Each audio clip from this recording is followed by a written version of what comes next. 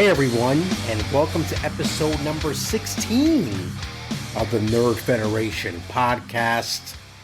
I am your host, Will Hernandez, and I'm here with your weekly podcast about some things pro wrestling and video game related. And I'm feeling good about this week's episode for a variety of reasons.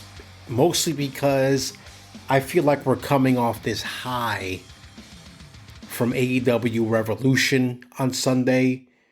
It was probably maybe AEW's best pay-per-view that it's ever done, potentially. I don't know.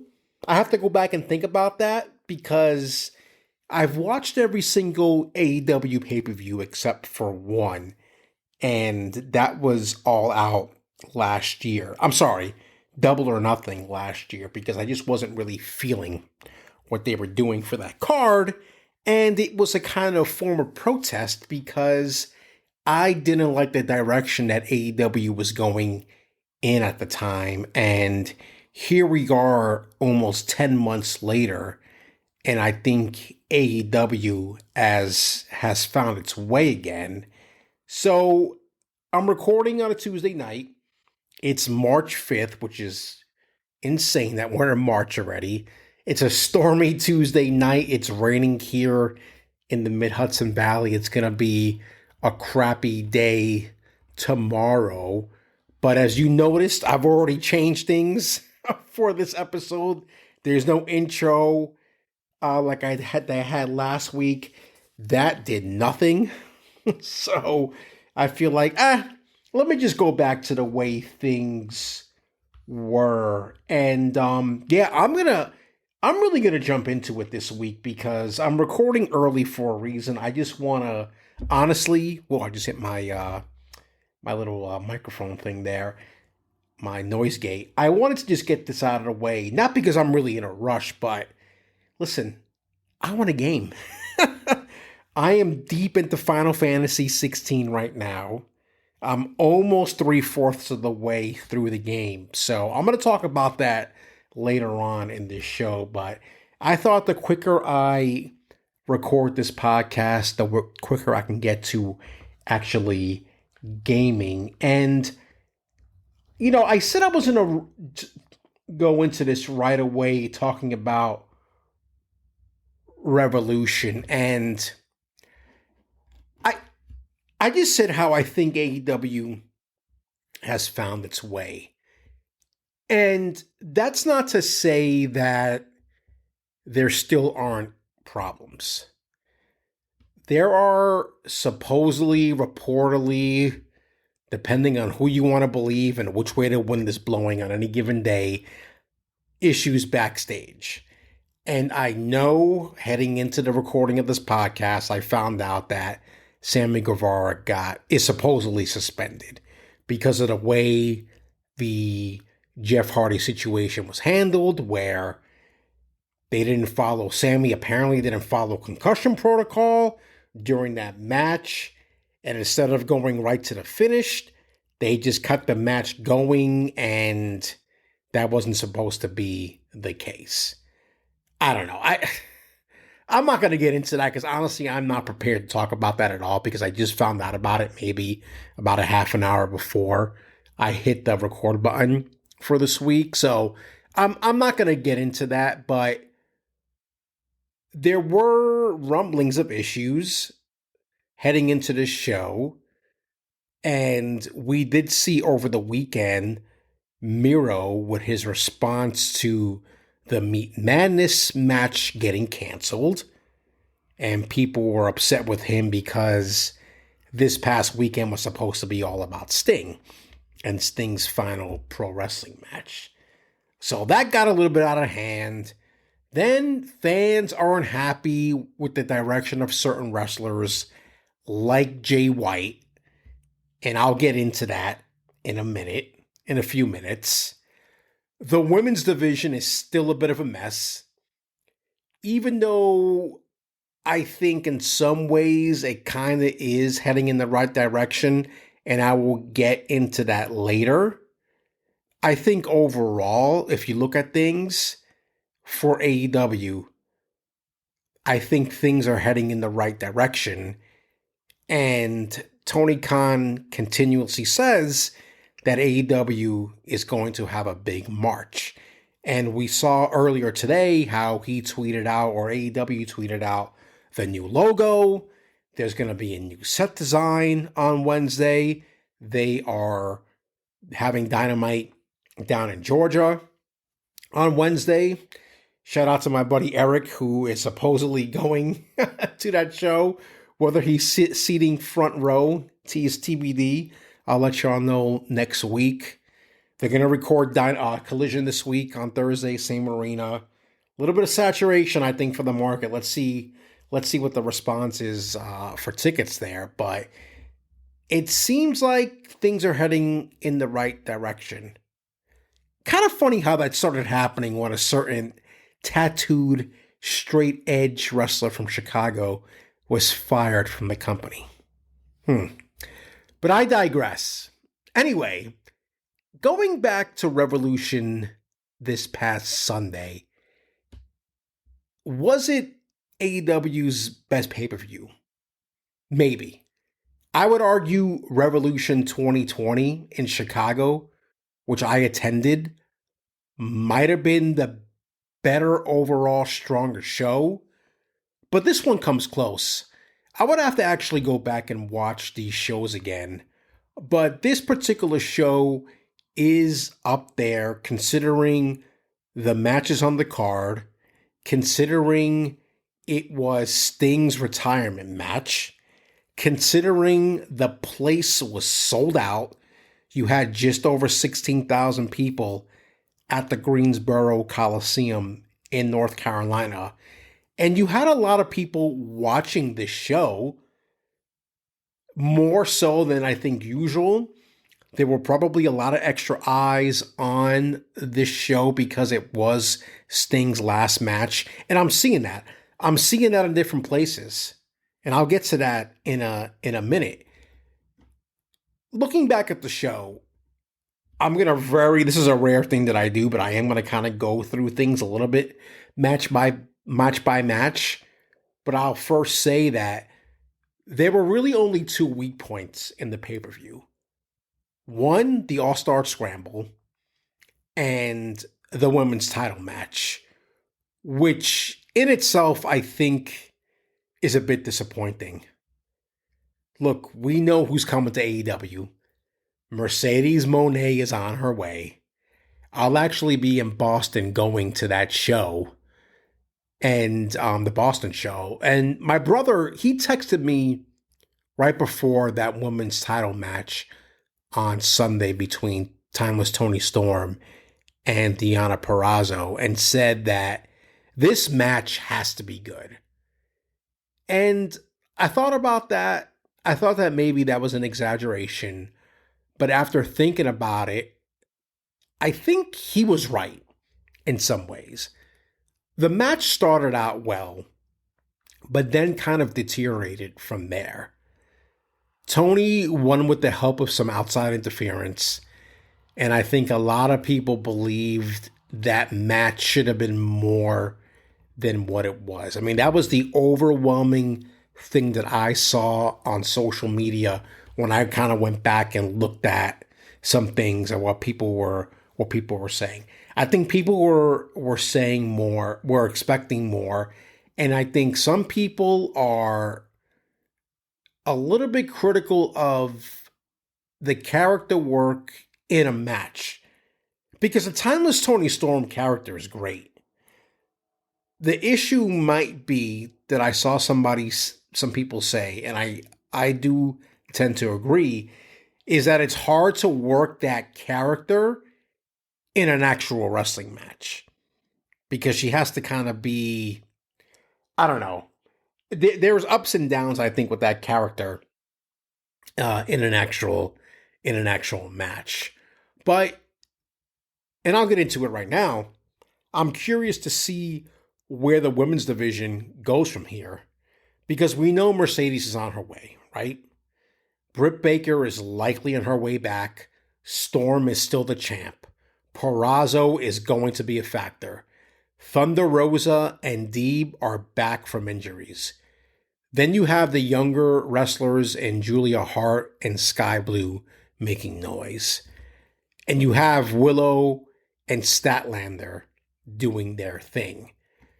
So that's 10 wrestlers right there that you can build a division around. Really, you have 10 really talented female wrestlers that you can build that division around. And that's not even counting Saraya or Ruby Soho or Mariah May. That's not even counting those folks. And then you have a Queen Aminata who's been the upstart and has been busy in Ring of Honor right now. And there's still Athena's lurking. You're stacked. That division is stacked. So the question now is, can Tony and the new writer, Jennifer Pepperman, bring all of this stuff together? That's gonna be a real big question that's gonna have to be answered. And I think we're gonna start getting answers when Mercedes debuts in a couple of weeks. Actually, next week in Boston. So TBD on that.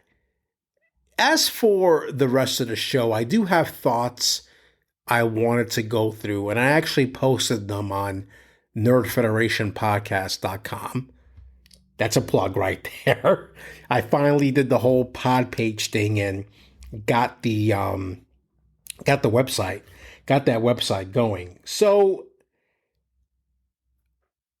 I'm going to start from the beginning and kind of go from there and kind of just give my thoughts on things.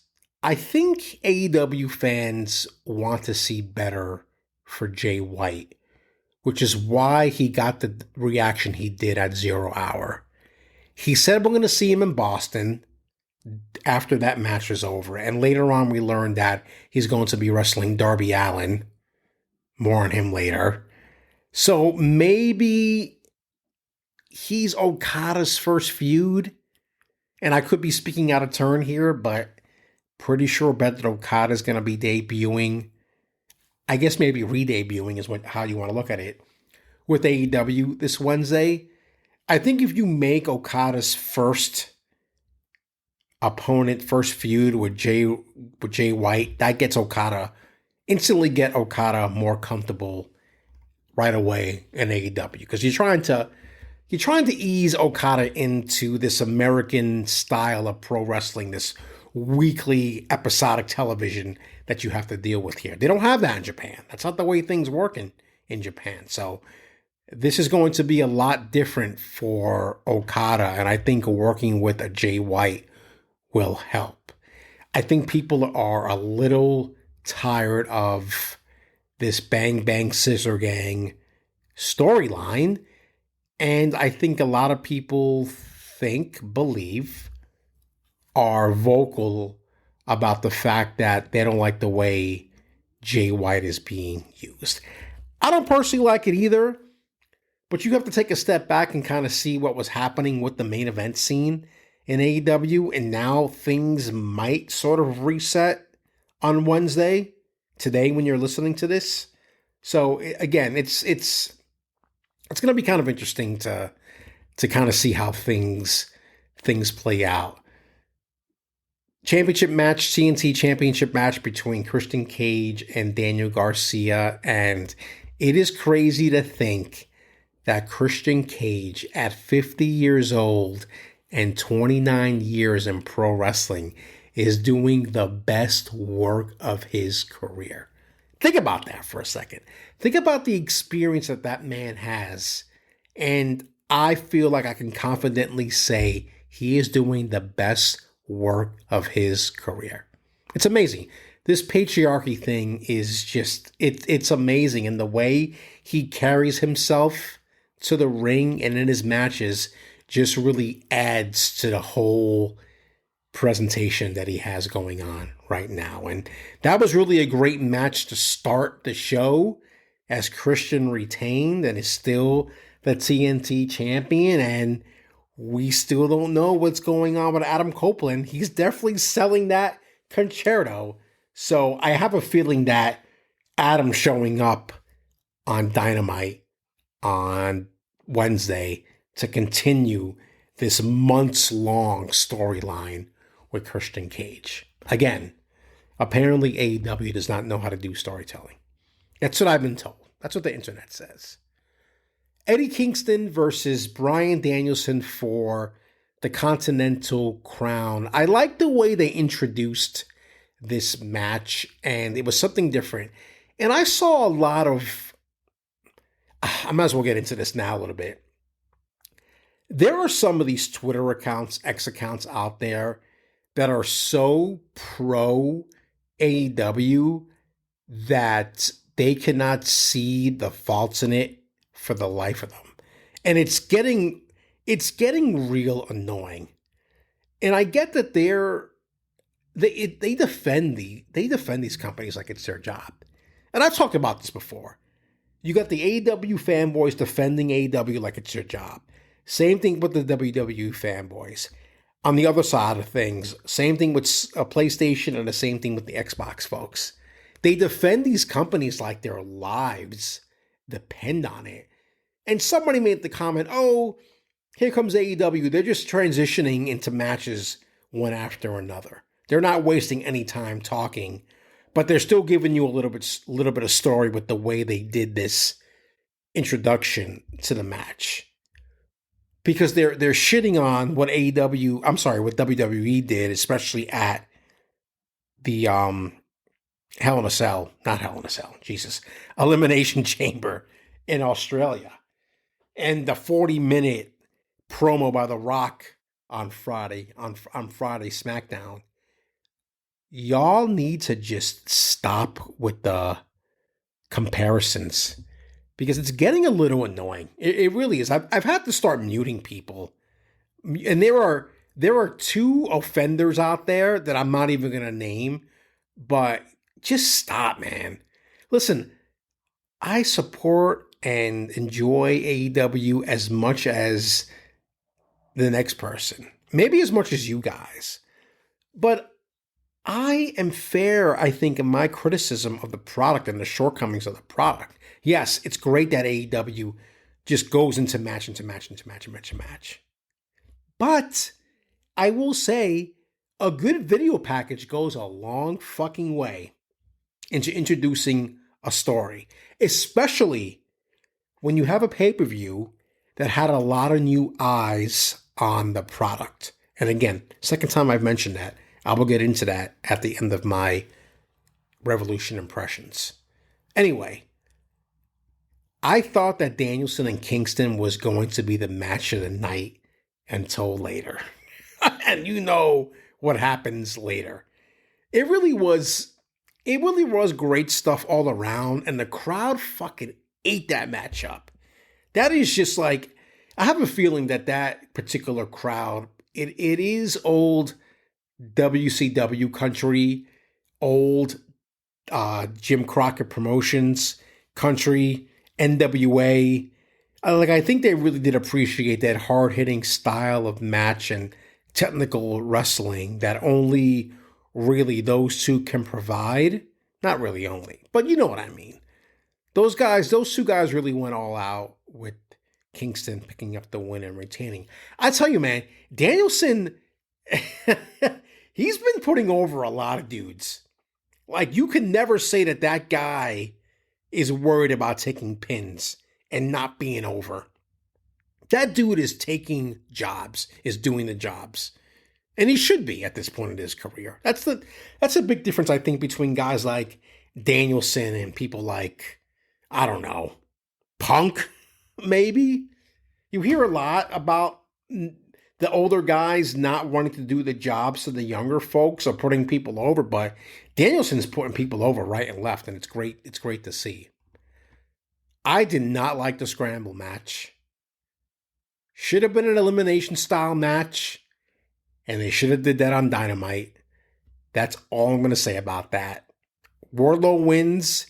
He's got his title match now against Samoa Joe. We'll see how that goes, but I don't know. I just wasn't For me, there was just no point to that match. I'm sorry. That's just the way I feel. Anyway, so I said on Threads going into this next match for the International Championship that I thought that Cassidy was losing. And I'm actually wearing my Orange Cassidy shirt right now. So I thought he was losing going in. And I didn't think that was necessarily a bad thing. So, I mean, they set that up perfectly. Broderick Strong had the advantage for most of the match. Orange had the taped up ribs with the Keysonology tape. I know I said that wrong. So they played it perfectly. And Roderick, it was a beatdown. It was really a beatdown and really the end of an era, I think, for Orange. Do I think that he needs to go away for a little bit? I don't know. Maybe. I mean, the guy's over. He really is. But I'm starting to see people in the IWC are getting a little tired of Orange.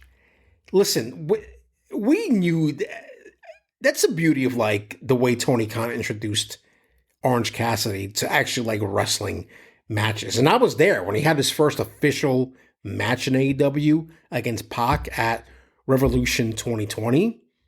That was a great moment, I think. And people don't think about that, but that was just, people were so fucking excited to finally see him mix it up in the ring in AEW. By the way, speaking of Pac, nice little vignette there in the pre-show, and he's coming back. That's going to be really interesting to see in the future. God, him and Ospreay, holy fuck. Woof, I can't wait. Anyway, so post-match that international, I want to keep on calling it Intercontinental, international title match was that Kyle O'Reilly showed up post-match. He hugged it out with Roderick Strong, but he refused to put on that Undisputed Kingdom shirt when he was offered it. So stay tuned for that little storyline. It's too bad that Bobby Fish left under the circumstances that he did last year. Was it last year? God, it seems so long ago. It would have been good to kind of see an Undisputed, what the hell did they call themselves? Oh my God, I can't even remember. That's how much wrestling I feel like I've probably forgotten more wrestling than people have watched in their lives. So anyway, FTR versus BCC. That match got better as it went along, and again, it was your really like throwback, I thought, tag team match. And I think the crowd appreciated that at times. Again, a little slow to begin with. It was kind of a clusterfuck to start. I would say the first 5 to 8 minutes, but then things really started picking up as you went along. Dax bleeds. It wasn't Mox. It was Dax, and those guys ended up tapping out. Dax ended up tapping out in the end as he's pouring blood from his forehead. And listen, again, FTR is another team that is not afraid to do the jobs because they're fucking over. You don't have to worry about that. It seems like when you are over with the crowd, you do not need to worry about losing any type of momentum when you lose a match. Like, I don't understand where it did. That whole, it's that old school mentality of you lose on TV, you're losing a lot of your mojo. I don't think that's the case.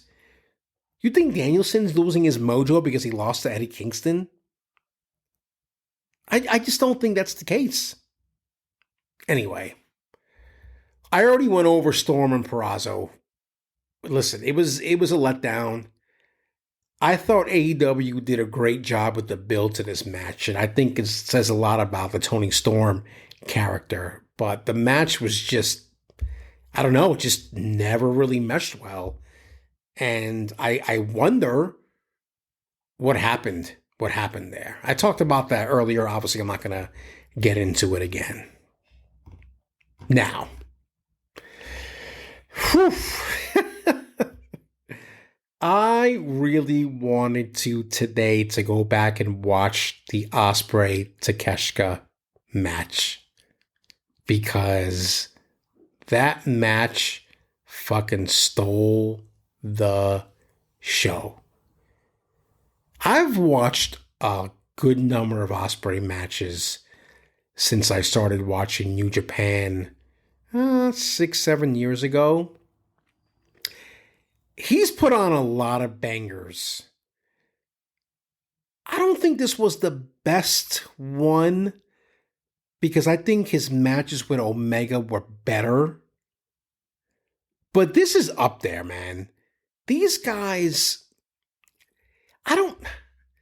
there was such a fluidity with this match for the most part because there was that one mistake that Takeshita had that he was going for that brainbuster brainbuster, turnbuckle brainbuster, Jesus.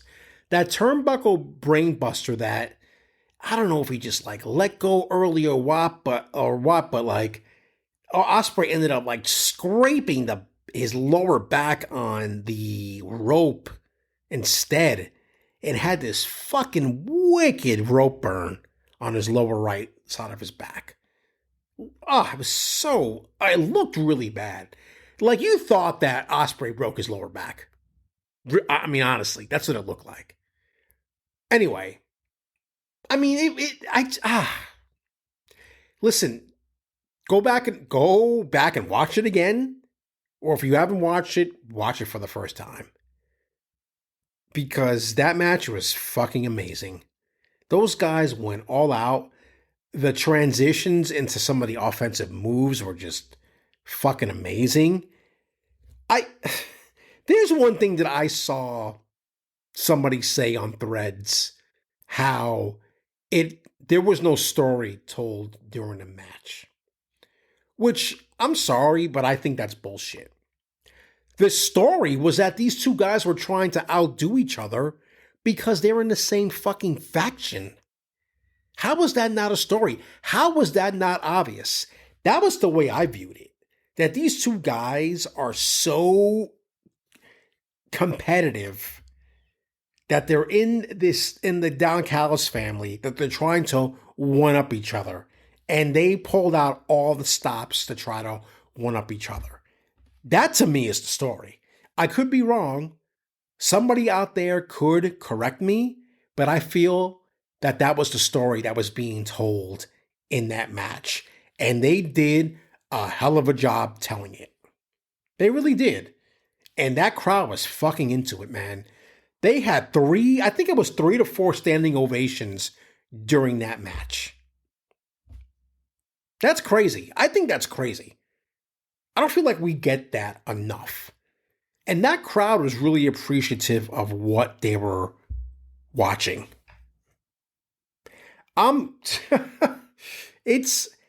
do you follow that up with Kyle Fletcher on Wednesday? You're going to have Ospreay versus Fletcher on Wednesday. I guess Fletcher got his visa problems finally figured out. So, I mean, Ospreay can't go this hard all the time, right? I know he's going to want to. And that was like the one thing I was worried about watching this match. And I was kind of sort of proven right, but it was really Takeshita that kind of had the mistake there. I thought that they were going to go so hard that somebody was going to get themselves hurt. And it happened, but not in the way that I thought. But those guys were really like beating the shit out of each other. Remember how I talked about last week about the suspension of belief when I was watching that Finlay Nick Nemeth match? The same thing was happening here. Takeshita and Ospreay were beating the shit out of each other. It really made you stop and wonder, wow, are these guys really fucking each other up? Obviously they weren't, but man, they were laying shit in, which is great. Listen, say what you want about Vince, but Vince always said, make it look real. You got to make it look real. And those guys made that fucking match look real. Okay. Samoa Joe retained the AEW World title in the three-way with Hangman, Adam Page, and Swerve Strickland. I don't think Joe winning was much of a surprise for a couple of reasons. I know that people want to see Swerve win the title. I get that. But that needs to happen on a show where all the attention is on him so it can be properly celebrated. And Sunday wasn't the time. Sunday was not the time with Sting as the main event and his retirement match. So that just wasn't the time to do that.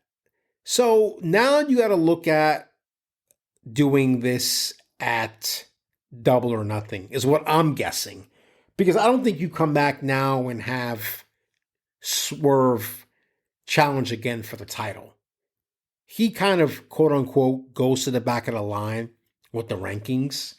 We shall see how that all plays out. But here's a chance now to kind of use the rankings as a storytelling device where, I don't know, Swerve drops down to maybe 2 or 3.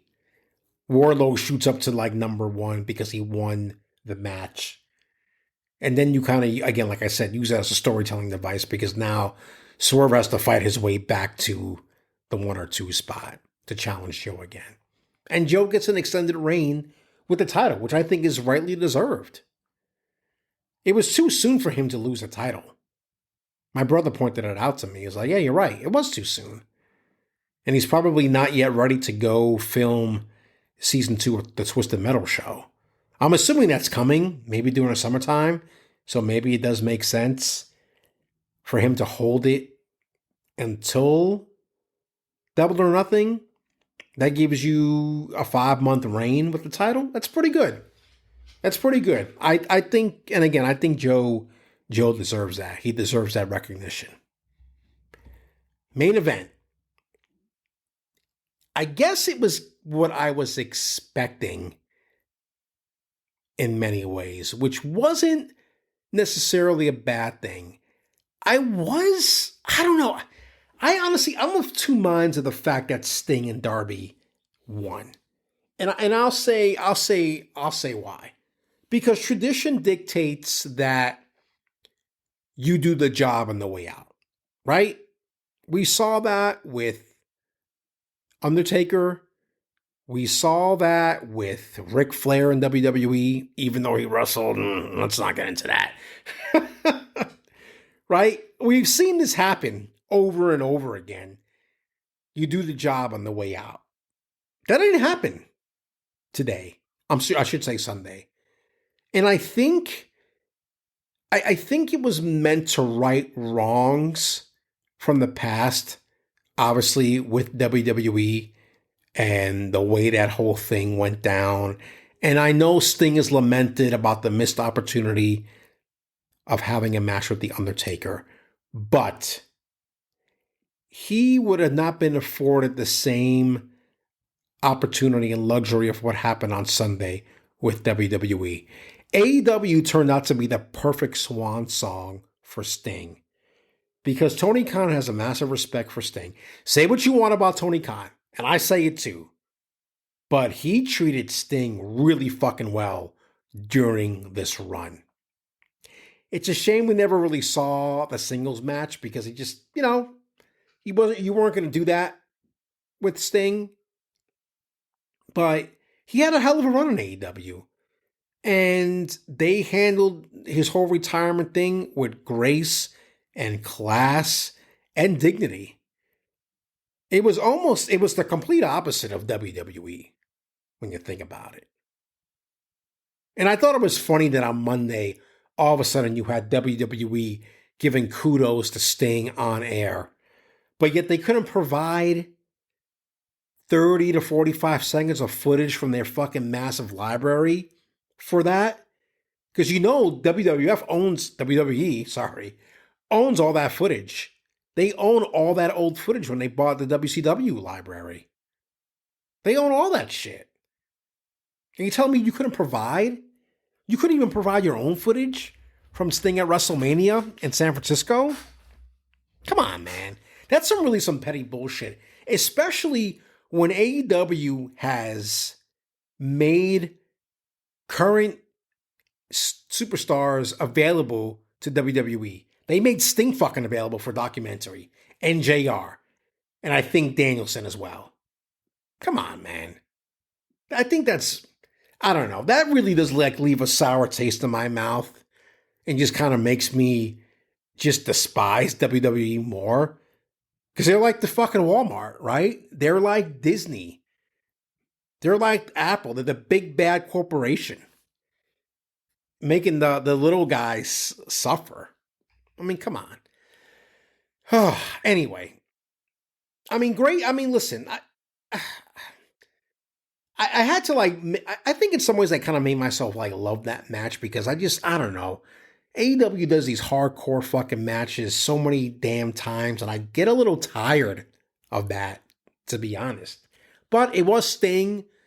It played off well. People loved it. The stuff that I read online, people were loving it. People digged it. They didn't give a shit about the type of match that it was. They wanted to see Sting do what he does best, and the Bucks sold beautifully for them. And say what you want about the Young Bucks, because people have a lot of bad shit to say about them.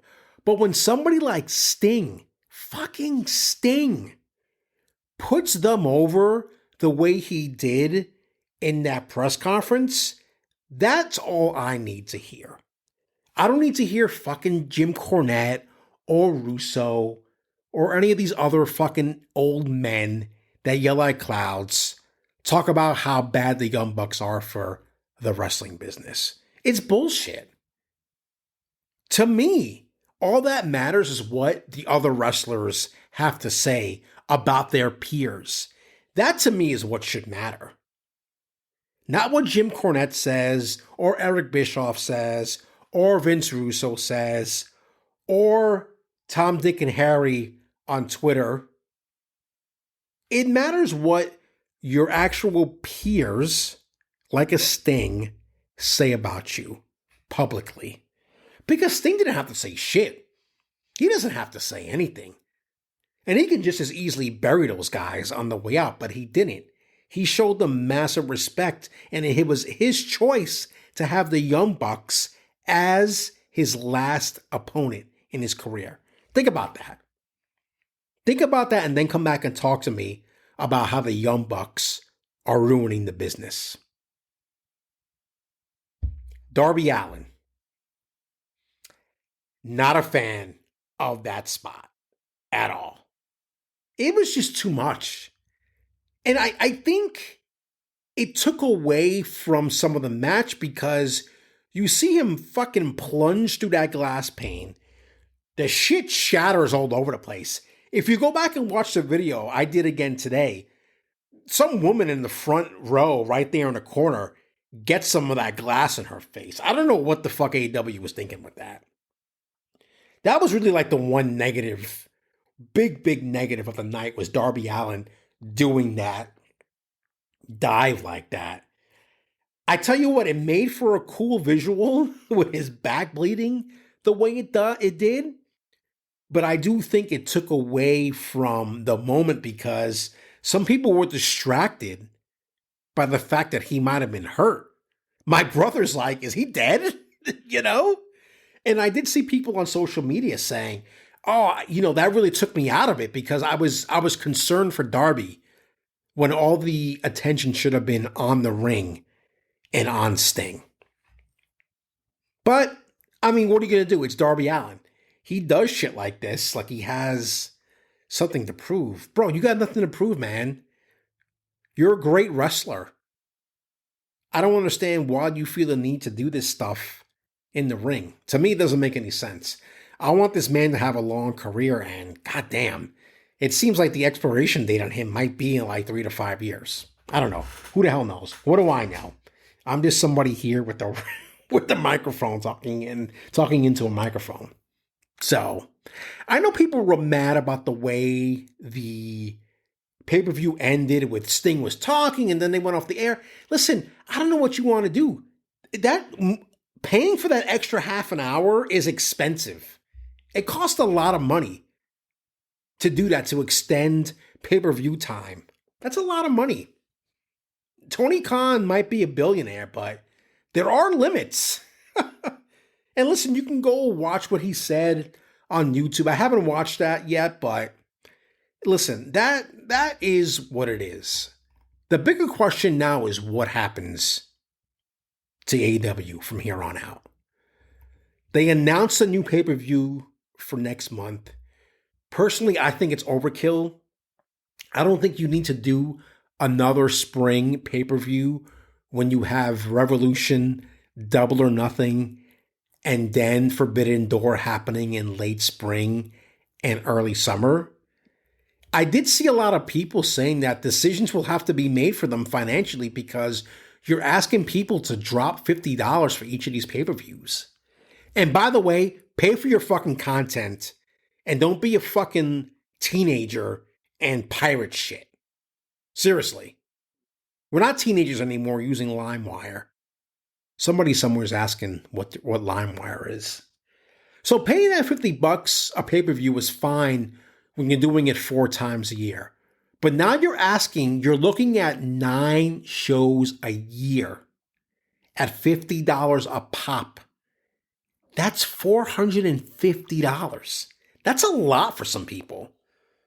And I know people are, I can understand why people are asking for a streaming deal so that you have the WWE model for pay-per-views, but you also have to understand that I feel as though AEW needs to make as much money as possible, and you're going to do that by charging $40 to $50 for your shows.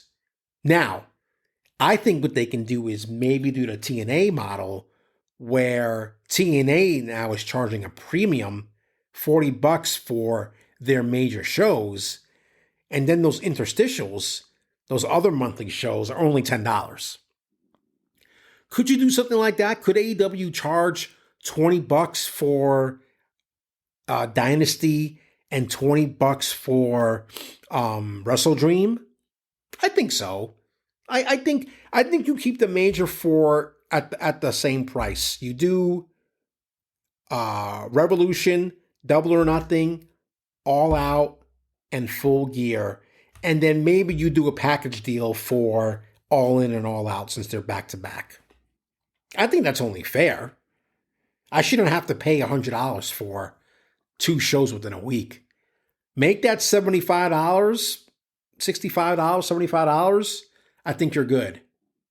So we'll see what happens there. Personally, again, I don't like the fact that they're adding more shows to the mix. I think it's just a little bit of overkill. Just a little bit.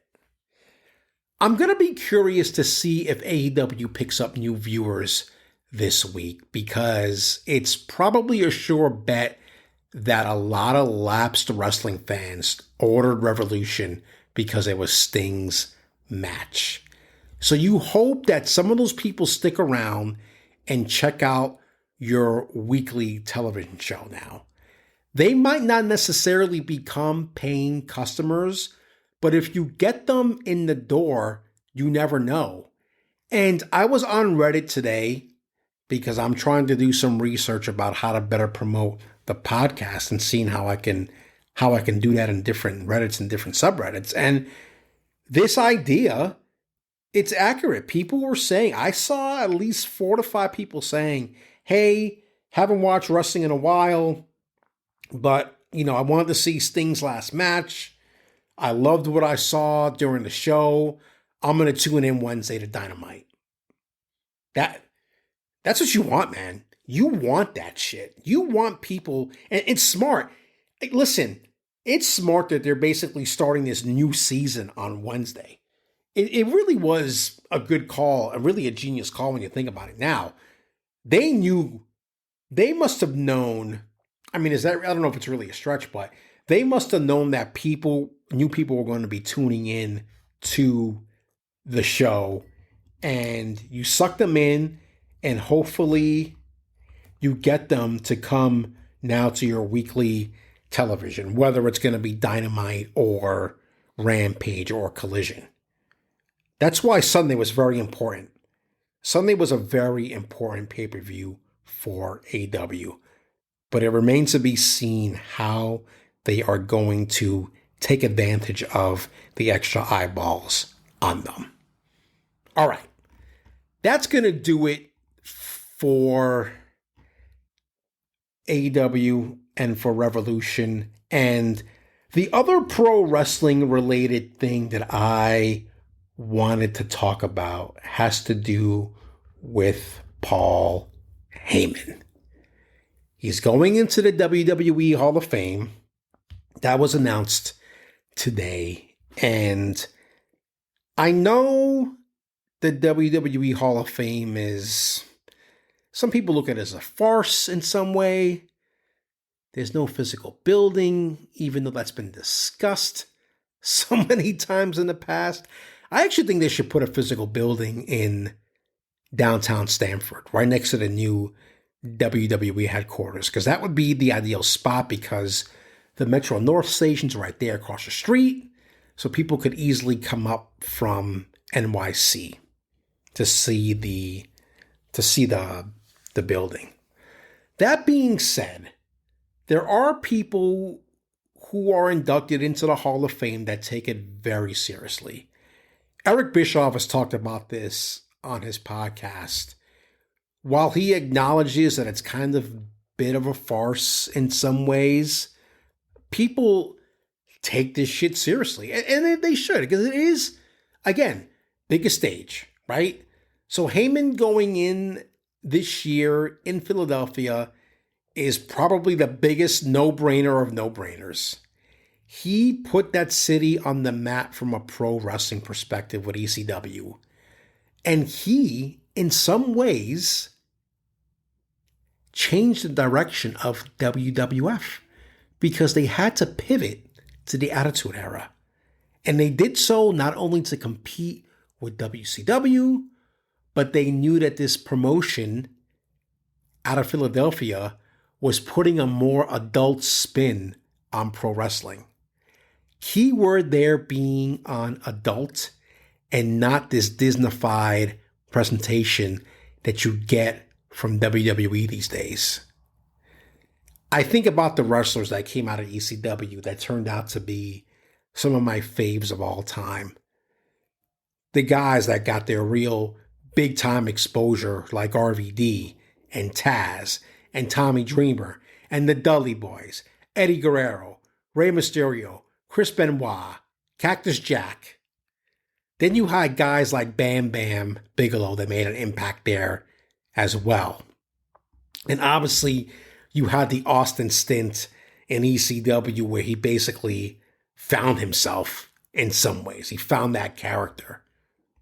One of the more significant aspects of that promotion is that ECW introduced a lot of American fans to different styles of pro wrestling, which is something that you still see as an influence in AEW and TNA and MLW to this day. So we have Paul Heyman to thank for that.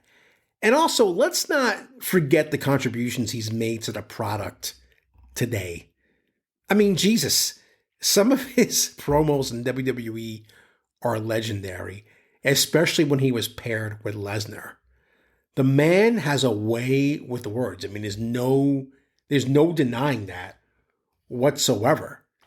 So if you're teaching young wrestlers today about promos, how do you not use Heyman as one of the best examples out there? And I'm sure that's the case at the Performance Center. And wouldn't be surprised if he doesn't make trips down there to listen in on promo classes down there. So, yeah, again, I wanted to take time to make sure I acknowledged Heyman because he is an important figure in pro wrestling and, quite frankly, is partly responsible for my fandom today. I remember learning about ECW from friends and then staying up to 2 o'clock in the morning on a Saturday night to watch the show because that was the only time it was on. And then we eventually started ordering the ECW pay-per-views. And me and my buddy Eric went to go see them on back-to-back nights at the Hammerstein Ballroom. It's crazy. That was just the time that we're never going to get back. And the influence of ECW is still being felt today. And that is how you create a legendary status in Paul Heyman. All right. That's going to do it for the pro wrestling side of things. I'm going to take a quick break, and then I'm going to get into some video game stuff. And we are going to start with the journalism PR corner thing because it encapsulates some current video game stuff. And I thought it was a good chance to get that, the corner in and get the brain dead commenter of the weekend. That's making a return this week. So stay tuned. I'll be back right after this.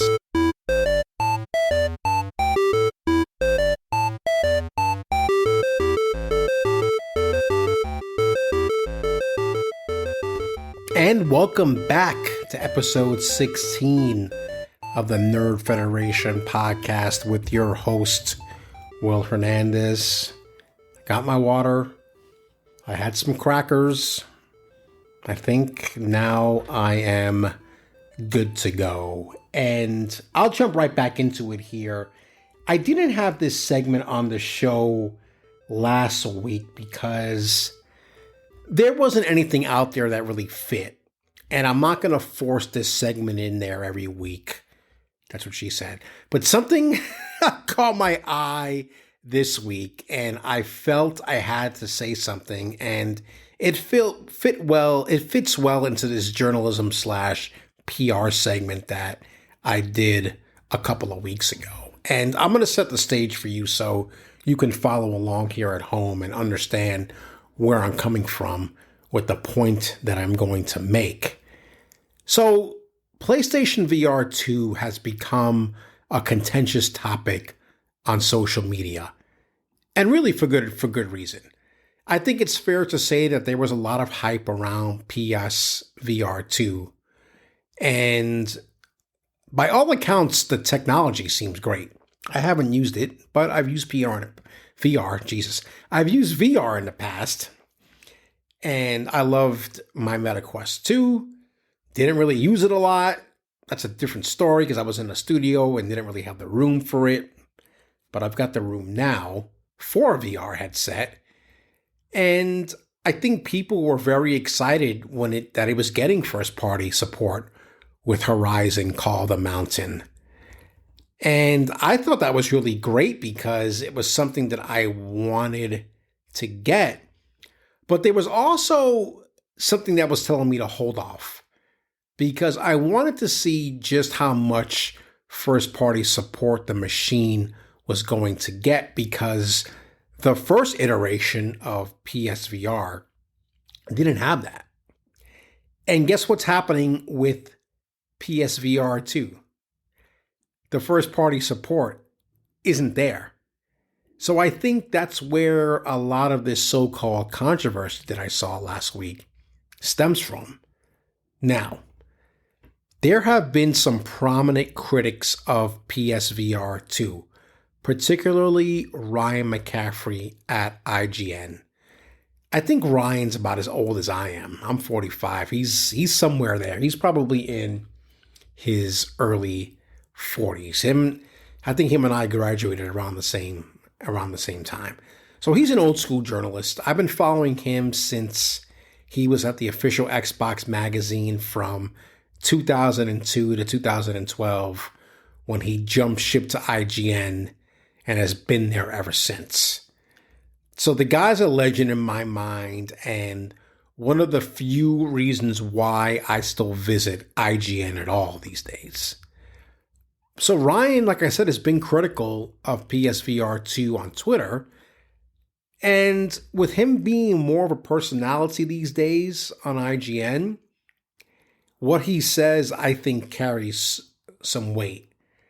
there have been a couple of times on Twitter that he's lamented about being disappointed with PSVR 2 because of the lack of first-party PlayStation support. So, of course, the mob comes for him. And the most popular response from the mob is, there's plenty to play on PSVR 2. And guess what? They're right. Right now, there are about 260 titles on the platform. But here's the problem. There are few exclusives to the platform. And a lot of these titles I can either play on my Quest that I have now or other headsets that are out there. And that's the issue here. And that's the issue that Ryan has pointed out time and time again on Twitter. There's so much potential with first party for PSVR 2. We all know that. We all know that the PlayStation Studios make some great games. But outside of Gran Turismo VR and Call of the Mountain, what else is there? I think there is a couple of handful of games out there.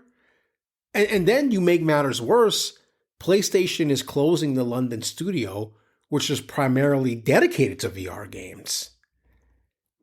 So I set this up for you, and this is kind of where this journalism angle comes into play.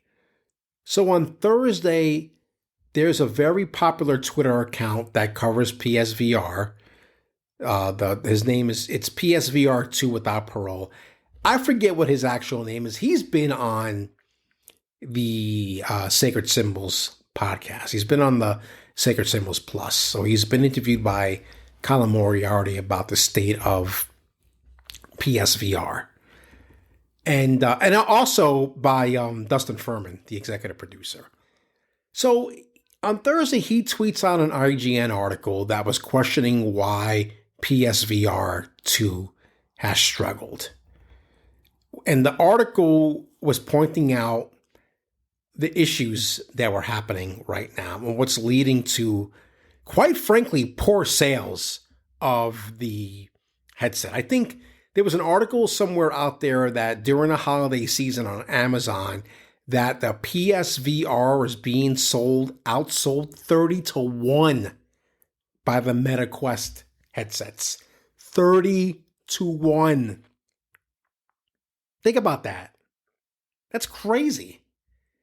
So PSVR 2's Without Paroles, God, I just butchered that.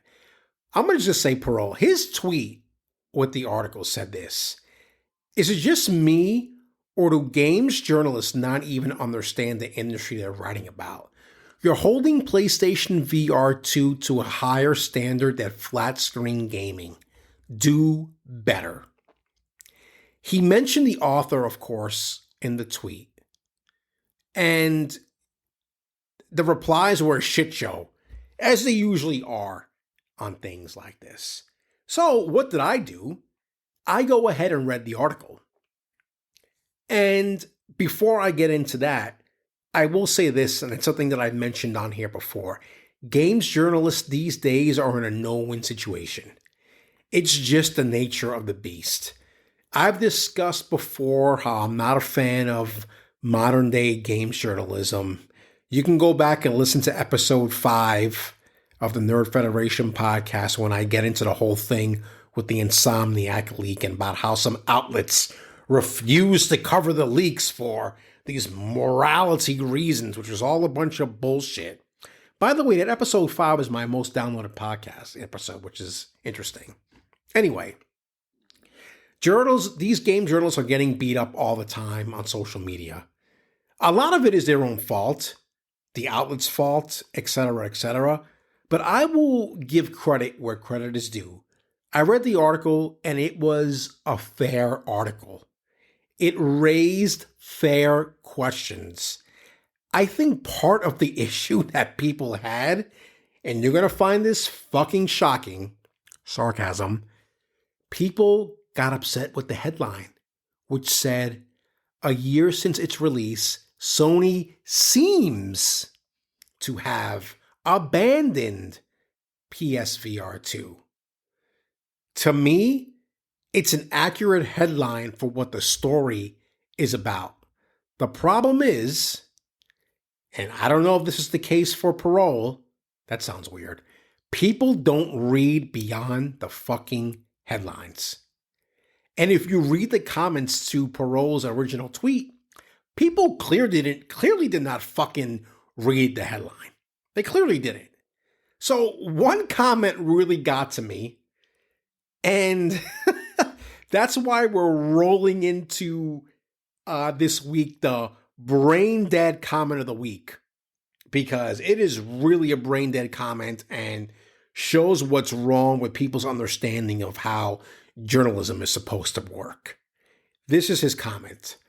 A lot of games journalists seem to have wanted PSVR to die from the outset. Strange behavior. Surely supporting and championing good tech will help sales and thus increase readership. To borrow an old school term, here's a fucking newsflash. Newsflash being the old school term. Journalists are not supposed to be championing anything. They're not. Unless you're an opinion editorial writer. But if you're writing features and you're writing hard news, you're not supposed to be championing anything.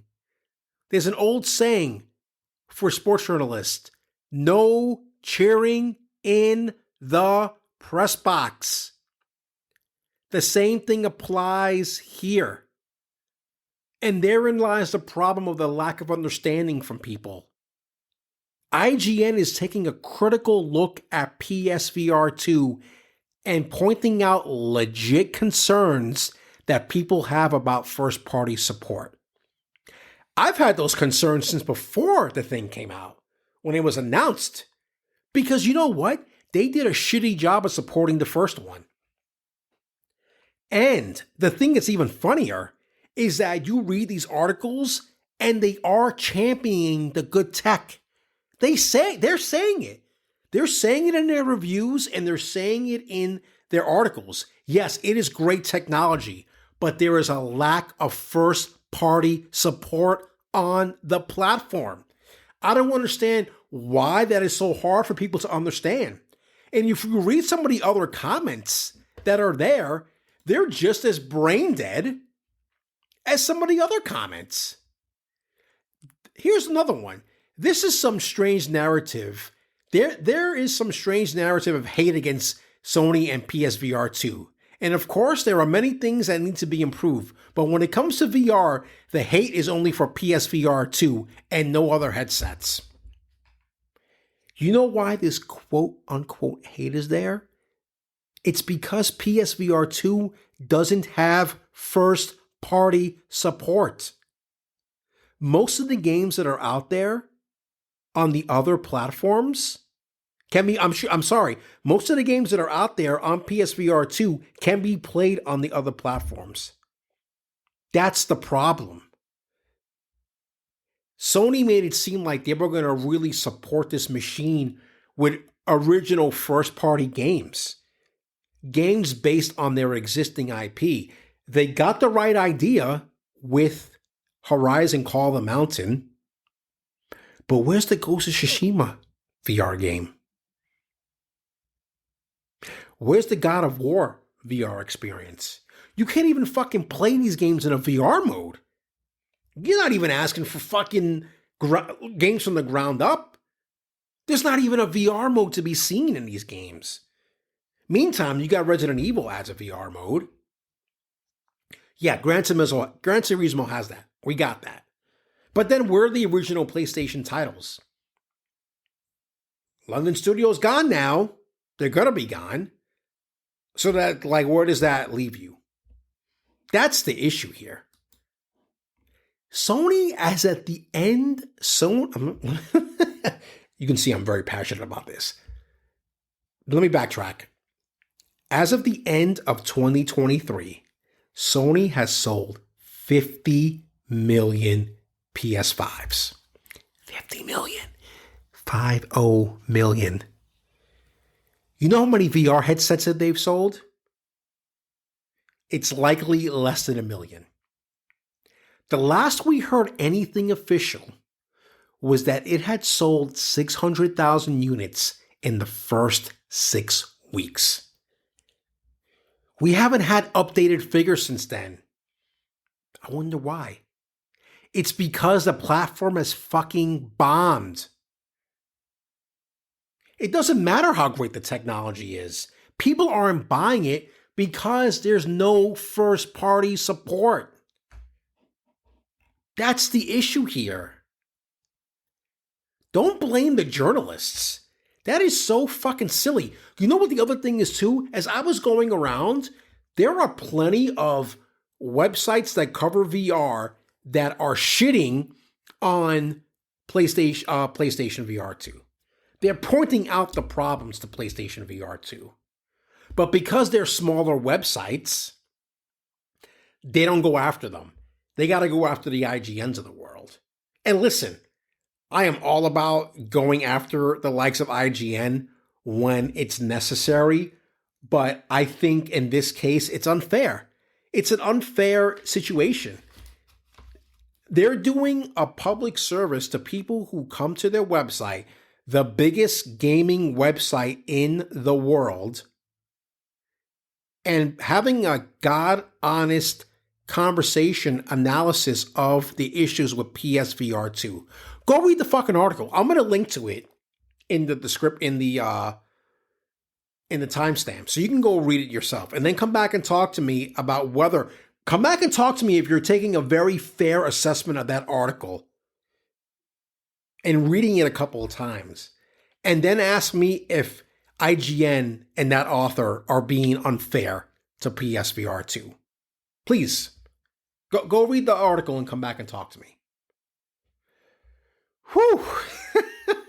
That's going to do it for, man, I knocked out 2 segments there. The PR corner, I should say the journalism corner, and the brain dead comment of the week. So, let me talk quickly about Final Fantasy XVI, because I'm still playing that, and I had mentioned how I am gonna go play that when I'm done here. I just wanted to see, let me see if I am logged in to PlayStation right now, because I wanted to kind of see where I'm at. I think I'm at 56% as far as the progress. You know how like you know how PlayStation has the thing with the you get to see, okay, I'm not logged in, but I think I'm 26 to 29 hours in, 56% of the way through the main story. So I'm getting there. It's I have to say, listen, I'm enjoying the show. I'm enjoying the game. I really am. It is unlike anything I have ever played before, and I'm going to get into that reason in a bit. But it's starting to drag a little bit. And this is the problem that I have. Listen, this is the reason why. This is exactly at the heart of what we're seeing right now with this industry, with the layoffs and the thinning margins, is that these games are long. These major games are long. They take a long time to make. And they're not selling as many as they used to. Maybe if you make shorter games, you can sell more copies of your games. I don't know. That's just a thought. So it's dragging a little bit. I mean, I'm going to finish it, obviously. And I'm looking, probably in the next couple of weeks, I'm going to have it done. TBD. I should have it done this month. And I know because I'm getting long in the tooth with this now. I started playing it, we're talking about like 5 weeks ago. Listen, guys, it takes me a while to get through sometimes these games. I do have a full-time job, and I've got a girlfriend, and I've got other things going on in my life. Sue me. Anyway, the last time I played on Sunday. I played 4 hours. And I've mentioned before how sometimes some of these missions can fucking last like an hour and a half, 2 hours. And Sunday was one of those instances. And I was getting to about like 3:30 in the afternoon. And I'm like, oh, I don't know if I should stop here and then maybe jump into some Helldivers, because I knew I wanted to start getting myself ready to watch Revolution. So I got to this part that was like a main level in the game, a main mission in the game. I'm like, okay, I'm going to just go ahead and do this. Start doing it. 90 minutes. Keep in mind, I'm not dying. I barely die in this game. Sometimes I wonder if I'm playing this thing the right way, and I've got it on a medium difficulty. Like, it's very weird. I guess I've figured out how to use everything I'm supposed to use effectively. There are some really hard battles, but I will say the one that I just did that I'm going to talk about, I just barely got by. Barely got by. But this battle was like a 3-stage battle. And I'm talking about you had to get the boss's health down all the way down 3 times. And the last time took fucking forever. I think the last boss battle might have took me like a half an hour. No fucking joke. No joke. It took like a half an hour to finish that boss battle. And the scope and the size of the boss battle, like you as a character versus the character that you were fighting, I thought to myself, how is this going to work? Because he starts as a smaller character. And I'm not going to I don't want to get into spoilers. He starts as a smaller character, and then he becomes like, I don't know, the size of like the Empire State Building. I don't know, for lack of a better, that's what it felt like. And I'm just thinking, how the fuck is this going to work? Listen, I've been playing video games for a very long time. You're talking, I don't know, 35 years, maybe a little bit more than that, 36, 37 years. I have never seen a boss battle like that in my life. I've never seen boss battles like this in any video game. It's not just this one. And I'm thinking about, holy shit, what is this last boss battle going to be like? Am I going to have to set it, like 2 hours to finish this thing? Like, seriously, it's crazy. It's crazy. I'm getting close. Again, it's getting a little long in the tooth for me, but I'm still enjoying it. Like, I want to see where this story goes. There's so much intrigue. This game is so fucking Game of Thrones like. It is so funny. Like, just some of the language that they use is very Game of Thrones. And some of the tropes is very Game of Thrones.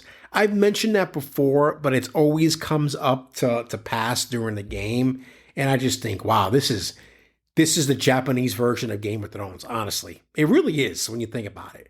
It is the Japanese version of Game of Thrones. I don't know if I'm going to be finished with this next week.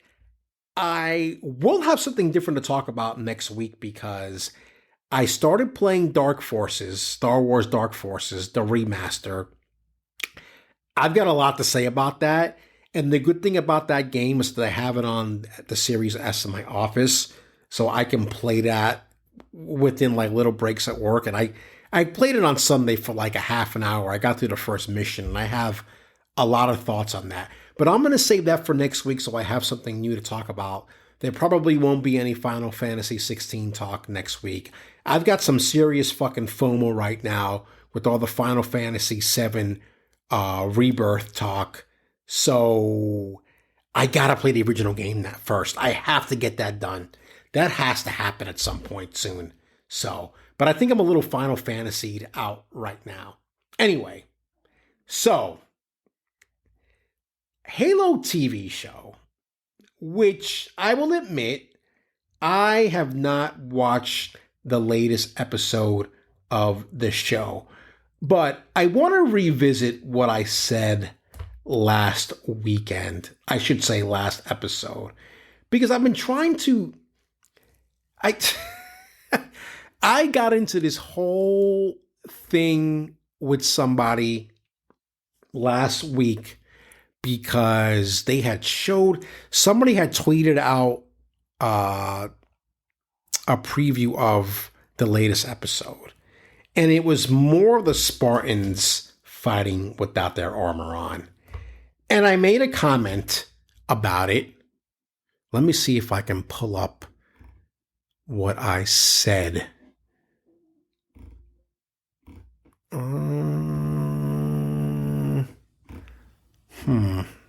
It's a lot of Revolution shit right here. Bear with me. Oh, I did mention it last week. Yeah. I did. That's funny. I thought that I did not talk about this. Let me see something. Because this is... I'm trying to see like the date here. No, this is new. Yes, this is the new part. So they showed the sneak peek. So my reply to this was basically Spartans fighting without Spartan armor. Like, what are we doing here? I enjoyed season 1 for what it was, but season 2 is not the soft reboot I envisioned. Episode 4 kind of broke me. Listen, I'm exaggerating for effect, clearly. That tweet, that response got 3,300 views and 45 likes. But then I got into this whole thing with somebody on Twitter, and we were going back and forth. And listen, I was trying to be respectful with my responses and what I didn't like until he started being an asshole. And you can go and look at the exchange on my account. And the thing was, the final thing I said to him was, listen, if you want to come on my podcast and debate me about the season, when the season's done, you are more than welcome to. Crickets. Of course, because these people, they hide behind a keyboard, but they probably can't put fucking 2 sentences together on a microphone like I can. I've kind of been surprised by how many people that are big gamers that have said that they're enjoying season 2. And listen, if you're enjoying season 2 of Halo, God bless you. That's okay. That's fine. I'm glad you're enjoying it. I want more people to enjoy it. My girlfriend is enjoying it. I felt like they need to kind of adhere to more of the source material. I mean, come on. I know they're trying to use a fucking storytelling device to tell them why they're not in their armor. I get it. But we're going to go another fucking episode without them in their armor. We've only seen them fight 1 fucking episode. 2, maybe. When they go try to find the missing team on Reach. So they're in their armor the first 2 episodes, and then after that, that's it. I don't know. I didn't see this latest episode 5, but it's just like, my God. I still stand by, like, what the fuck are we doing here?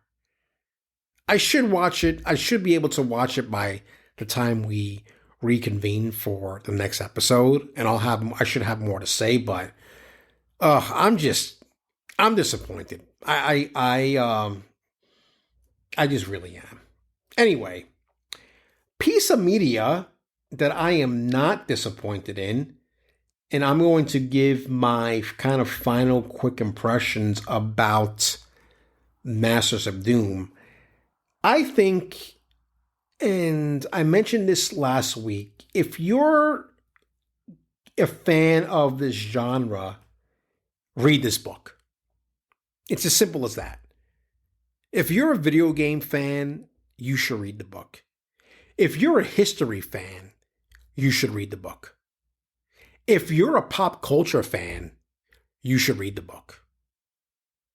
Really, you really should, because I think the author does a great job of highlighting the journey of id, the company id. I was going to say id Software. I mean, it is id Software now. It really is. And I'm trying to find, I forget what the author's name is. I just recently followed him on Twitter. David Kushner, who wrote Masters of Doom. Apparently, he also wrote an article, a book about Grand Theft Auto, which I need to fucking read now. Because if he wanted to detail in the way he did with Masters of Doom, I can only imagine what the Grand Theft Auto book is like. I think the biggest thing, I mentioned this too with this book, how a lot of stuff that you saw in the book and read about in the book kind of mirrors what has been going on with the industry today. Bad management leading to extended development cycles and burning through cash because you're wasting away things and not properly managing expectations of the game. It's funny. Some of that, when you read about how Carmack or how Romero started up the Ion Storm Studios, how it took them a year and a half to make the game that ultimately flopped, and they said that took too long. Think about that for a second. And I think I mentioned that last week. It took Rocksteady 8 years to make not Gotham Knights, Suicide Squad. And look how long it took Arrowhead to do Helldivers 2. It took them a really long time. And John Romero was down that it took them a year and a half to get their game out. Like crazy. Crazy. It's crazy to think about that in comparison to what you have today. And the fact that those games were advanced and at the height of kind of the technology that was around back then. And it still only took them a year and a half. Year and a half to make games back then. It's insane. It really is insane. So I highly recommend you going and picking up that book and reading it. Do the audiobook if that floats your boat. I don't think that's the same. I'm never going to think that is the same thing. But I know how people can get with reading versus the audiobooks. And so I moved on to the next book. I'll talk about that very quickly. I'm still early on. I'm reading Metro 2033, which I'm really excited about. Partly because I started playing Metro Last Light a few years back, and I just for whatever reason, I put it down and I never got back into it. So what I want to do is I want to get through Metro 2033. That's my book for March. Again, trying to get through a book a month. Read that, and then hopefully, depending on where I am with some gaming stuff, start playing those games. I don't think they're I'm just trying to see how long it is to beat Metro 2033. Let's see. This is real live journalism here. Let's see. So the Metro games they don't take that long. Like the main story from Metro 2033 takes 9 hours, 9.5 hours. I mean, you're looking at 9 to 12 hours really for these games, which is it's not a lot at all. And they remade them. Let me just see. Metro 33 Redux, I think is the remake. There's Metro Last Light Redux. And then you have Metro Exodus, which is a little bit longer of a game. So yeah, at some point I want to get into those games and finish them and play them through. Finish the first one and then play the other two. So yeah, it's very interesting because that book was originally written in Russian, and then it was translated into 35 different languages. And the way the book is, I picked this up recently at a bookstore. You know, when you buy a book, you have like the title page, and you have a little bit of a preface, and you know all the copyright information and the IBN number and all that stuff. That does not exist with this book. It's like open up the cover, chapter 1 starts right there. So that part of it's really interesting. All right. Well, that is going to do it for episode 16. I can't listen. I'm not going to get into. I don't want to sound like I'm complaining, but I'm going to start. There might be some stuff out there that happens this week that you might see on socials that's going to be a little bit different than what I usually do when I share clips. I'm experimenting, so be on the lookout for that. But thanks for joining me. Episode 16, which is crazy that I'm 16 episodes into this thing. And yeah, I was really excited about doing this show because I felt so strongly about Revolution, and I thought it was a great show. And I'll be curious again to see what happens tonight on Dynamite for when you're listening to this. And yeah, I am going to press the stop button here, get this all loaded and ready to go to publish tomorrow. And I'm going to go jump into Final Fantasy XVI, hopefully for a couple of hours. That's going to be the plan tonight before I go to bed. So thanks for joining me, and I will see you guys next week.